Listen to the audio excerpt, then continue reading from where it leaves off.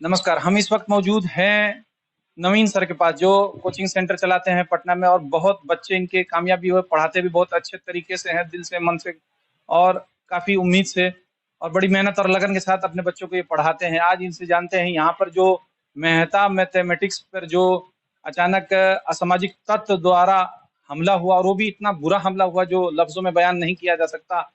ऐसे लोगों के खिलाफ कानूनी क्या कार्रवाई होनी चाहिए पड़ोस में और जो कोचिंग संस्थाएँ हैं, सेंटर है, पढ़ाते हैं बच्चों को, उन टीचर से जानेंगे इस बारे में कि उनका क्या कहना है, उनकी क्या राय है। जी सर, आपका नाम क्या हुआ? मेरा नवीन कुमार सिंह हुआ। प्लेटफॉर्म एजुकेशन सेंटर मेरा कोचिंग है। हम उसके डायरेक्टर हैं। सबसे पहले तो आपके न्यूज़ चैनल आप तक के जितने भी दर्शक देख रहे हैं, मेरी तरफ से उनको सादर प्रणाम।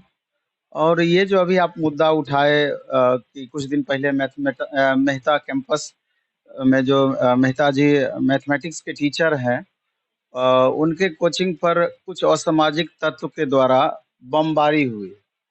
सबसे बड़ी चीज़ है कि इस तरह के घटनाएँ हाल के दिनों में लगातार बढ़ते हुए देखा जा रहा है और कोचिंग लाइन में ये बहुत नई बात नहीं है। इससे पहले भी कई कोचिंग में इस तरह की घटनाएँ घटी, लेकिन अब थोड़ा-सा अति होने लगा।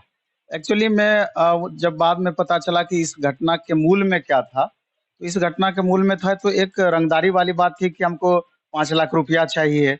दूसरा क्या कि हर बैच में 20 बच्चे मेरा पढ़ेगा। तो ये तो किसी भी तरीके से बिल्कुल भी नामुमकिन है कि ये 5 लाख या 1 लाख 2 लाख कहाँ से वो टीचर दे पाएँगे।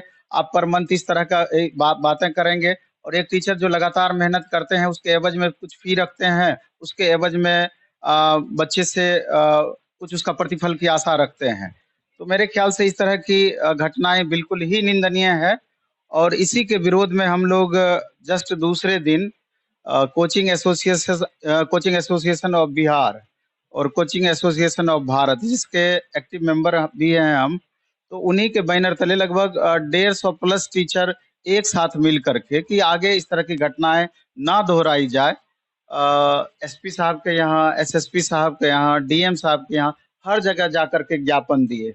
हालांकि एसपी पटना उन्होंने तुरंत ही संबंधित थाने को, जैसे सुल्तानगंज थाना के अंतर्गत ये पड़ता है, उन्होंने तुरंत ही इस पर उचित कार्रवाई करने के लिए अपना आदेश जारी किए और मेरे ख्याल से इस पर कार्रवाई भी स्टार्ट हुई। और हम लोग इस बात से संतुष्ट भी रहे। लेकिन हाल के दिनों में लगातार इस तरह की घटनाएं बढ़ती चली जा रही है। ये एक निश्चित रूप से एक चिंता के विषय है। वो घटना जैसे हुई, उस घटना से ये पता लग रहा है कि बच्चे पढ़कर अपने घर जा चुके। फ्री टाइम था, यानी ऑफिस का कुछ काम वगैरह कर रहे थे लोग, उस टाइम पे उन लोगों ने हमला किया। उसके बारे में एक्चुअली में लगभग 7:30-8 बजे ये शाम की बातें हैं। उस समय बच्चे ऑफिस में भी कुछ बच्चे बाहर से आए हुए इंक्वायरी कर रहे थे। आप देखे होंगे उसका वीडियो फुटेज।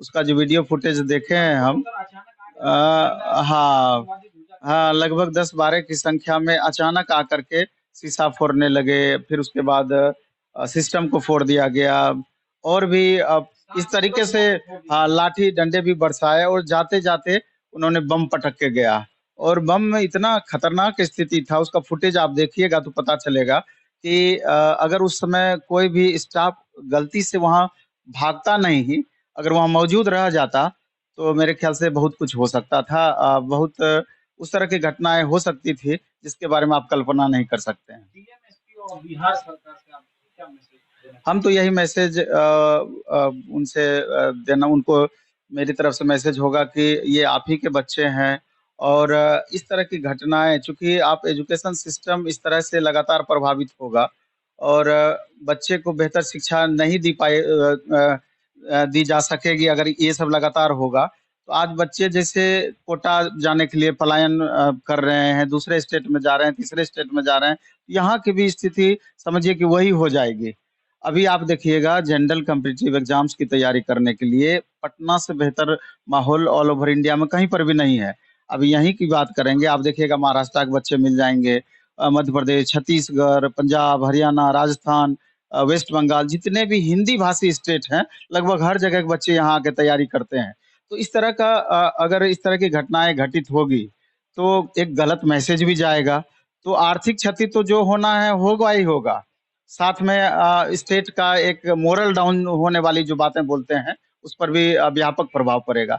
इसलिए मेरी गुजारिश होगी कि जितनी जल्दी से जल्दी हो इस तरह की दोबारा घटनाएं ना घटित हो, इस पर अविलंब कार्रवाई की जाए। अच्छा सर, यहाँ पे देखा जाता है कोचिंग सेंटर में कि बहुत से ऐसे बच्चे जो अपना भविष्य बनाने के लिए अच्छा काम करते हैं।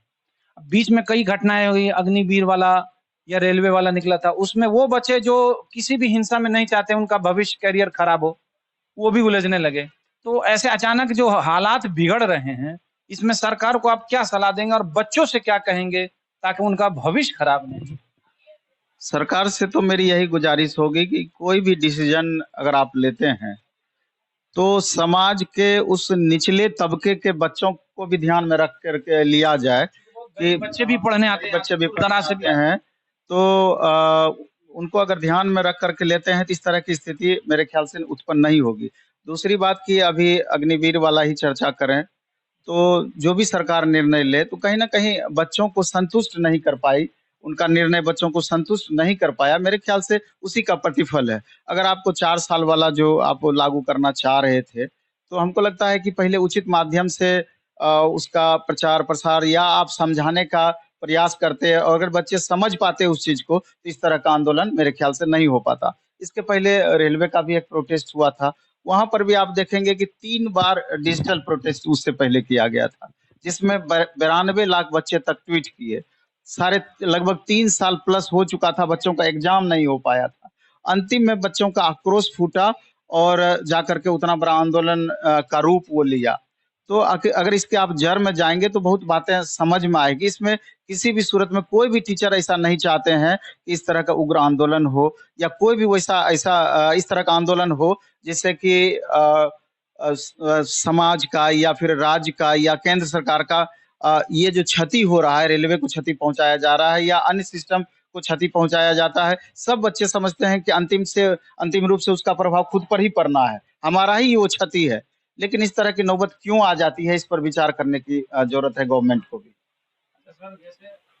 आप जानते भी हैं कि बिहार वह जगह है जहाँ के बच्चे पढ़ने में और बड़े-बड़े आईपीएस अफ़सर, आईएएस ऑफ़िसर यहीं बनते हैं और स्टेट में बहुत कम होते हैं, इतने तेज़-तर्रार बच्चे नहीं मिलते हैं।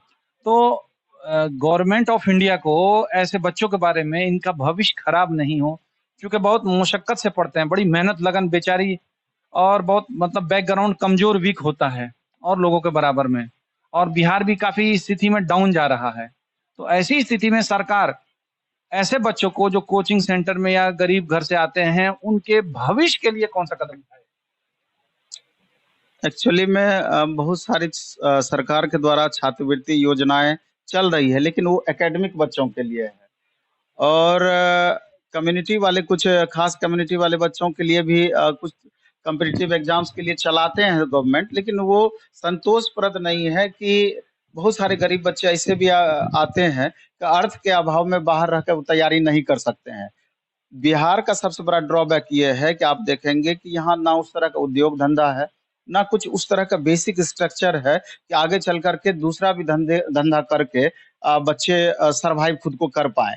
कोई ऑप्शन बच्चों के पास नहीं है, इसलिए पढ़ना ही एक अंतिम रूप से इसके पास ऑप्शन बच जाता है, जिसके लिए वो सत्तू रोटी खा करके भी, नमक रोटी खा करके भी अधिक से अधिक मेहनत करना चाहते हैं।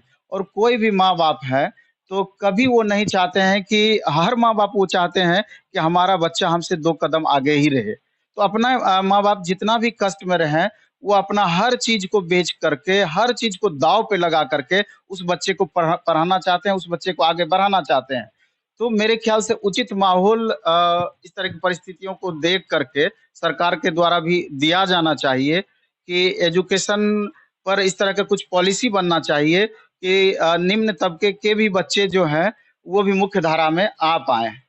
यही चीज़ हम चाहते हैं गवर्नमेंट से भी कि इसके लिए आप एक अलग व्यवस्था बनाएँ और उस व्यवस्था का अध्ययन करने के लिए एक अलग कमिटी बनाएँ और उस कमिटी के रिपोर्ट पर के आधार पर आप देखें कि इस बच्चे को कैसे हम अधिक से अधिक लाभ पहुँचा पाएँगे। अच्छा सर, आप तो ज्ञान देते हैं, टीचर हैं। अभी जो कई मामले हुए जिसमें कई टीचर्स पर एफआईआर हुआ, तो आप बच्चों को अपने करियर के बारे में अचानक अगर सरकार कोई डिसीजन दे, तो बच्चों को अपने रवैये को कैसे ताकि कोई माहौल खराब नहीं हो, बच्चों के लिए क्या? नहीं, नहीं, हम बिल्कुल बच्चों के लिए भी यही मैसेज देना चाहेंगे हम कि ये सॉल्यूशन नहीं है। आप जो इस तरह का कदम उठाते हैं, हालाँकि इसमें ये बात भी आप गौर करिएगा कि जो पढ़ने लिखने वाले बच्चे हैं, उनकी संख्या इस तरह की एक्टिविटी में बहुत कम संलिप्तता पाई जाती है, उनको मोहरा बनाया जाता है। ज़्यादा इसके आड़ में असामाजिक तत्व या कहिए कि कुछ राजनीतिक माहौल भी इसको दिया जाता है राजनीतिक रूप से, और वो माहौल को खराब करते हैं। इसलिए पूरी तरीके से इसका पटाक्षेप उन बच्चों पे लगाना मेरे ख्याल से बिल्कुल भी उचित नहीं है, और बच्चों से भी गुजारिश हम करना चाहेंगे कि आप शांतिपूर्ण तरीके से अपनी बातों को रखें। अधिक से अधिक संख्या में यूनाइट होकर के अहिंसात्मक रूप से भी आप गवर्नमेंट तक अपनी बात को पहुंचाने का प्रयास करेंगे तो आपकी बात को सुनी जाएगी। तो मेरे ख्याल से बच्चे कम और सामाजिक तत्व का योगदान इसमें ज़्यादा है। अच्छा, आपका कोचिंग सेंटर का नाम क्या हुआ? Platform education centre. Platform education centre द्वारा तमाम स्टूडेंट्स को आप पढ़ाई के बारे में, चूँकि बच्चे भूखे प्यासे रह के भी देखने मारे पढ़ते हैं, वो हर ज़िंदगी की मुसीबत को झेलने को तैयार हैं। अपने बच्चों के साथ-साथ और बच्चों को देखिए, जहाँ तक हमारे कोचिंग का सवाल है, इतने सारे बच्चे पढ़ते हैं और हज़ारों नहीं लाखों बच्चों का जब से हम कोचिंग चला रहे हैं, तब से अब तक की बात करें तो सिलेक्शन हो चुका है यहाँ से, और सबका अलग-अलग होता है। अब जैसे इंजीनियरिंग फील्ड में जाएँगे, कोई भी अच्छे कोचिंग की बात करेंगे, वहाँ पे 80,000, 90,000, लाख, 1.5 लाख, 2 लाख फ़ी होता है। हमारे यहाँ क्या है, हर बैच का देखेंगे कि मिनिमम फ़ी हमारा रहता है। हमारा उद्देश्य होता है कि मिनिमम फ़ी में मैक्सिमम बच्चों को रोटेट कराएँ, मैक्सिमम बच्चों को इसका फ़ायदा दे पाएँ। ओवरऑल रिज़ल्ट वही होना है घुमा-फिरा करके। आप देखेंगे अभी ग्रुप डी का आगे एग्ज़ाम है। 1 करोड़ 18 लाख बच्चे ग्रुप डी का फ़ॉर्म भरे भरे हुए हैं, और ये समझिए कि विश्व में किसी भी ख़ास एग्ज़ाम के लिए सबसे ज़्यादा फ़ॉर्म भरने वाले बच्चों की संख्या होगी। ये ग्रुप डी की बात हम करें, 1 करोड़ 18 लाख बच्चे हैं और 1 लाख के करीब 1,03,000 वैकेंसी है। तो यहाँ देखेंगे कि हम अभी सप्ताह में 5 दिन मंडे टू फ्राइडे टेस्ट लेते हैं शाम में। लगभग 3500 बच्चे टेस्ट देने के लिए आते हैं। फ़ी कितना है? ₹10 मात्र, जबकि 16 पेज में खाली क्वेश्चन पेपर होता है बाइलिंगुअल। उसमें हम डिस्कशन भी यूट्यूब पर कराते हैं, ओएमआर शीट भी उपलब्ध कराते हैं, क्वेश्चन पेपर उपलब्ध कराते हैं। अब आप ही बताइए कि इससे सस्ता कुछ भी संभव है क्या? ₹99 में ऑनलाइन फ़ी हम रखते हैं। ₹50 में 15 टेस्ट ऑनलाइन का फ़ी रहता है। अभी ₹50 में 15 टेस्ट द प्लेटफ़ॉर्म ऐप पर हम दिए हैं। ₹50 में 50 टेस्ट हम दिए हैं लास्ट मोमेंट में। उसमें डिस्कशन भी शामिल है। इससे सस्ता और क्या होगा?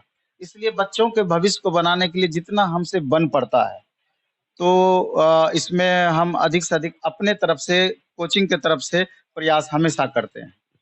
ये थे प्लेटफ़ॉर्म एजुकेशन कोचिंग सेंटर के डायरेक्टर नवीन सर, जिनकी जुबानी आपने इनकी कहानी और यहाँ पर हुए हादसे के बारे में मुकम्मल जानकारी ली।